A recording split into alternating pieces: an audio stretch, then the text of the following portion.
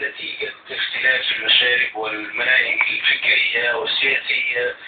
وأحيانا بعض الفتن التي يريد بها الأعداء الإضرار بالأمة بين أطراف الأمة المختلفة، وكذلك أيضا التركيز على التفرق بين أصحاب الاتجاهات الفكرية إلى غير ذلك من الأمور. كل هذا يؤدي إلى تعطيل عجلة الإنتاج من ناحية ووقف عجلة التنمية من ناحية أخرى، كما أنه يساعد على تباطؤ القرارات الصادرة من أولي الأمر المسؤولين عن إدارة أمور البلاد، فلا يأخذون فرصة كاملة لإصدار القوانين بما يتضمنه ذلك من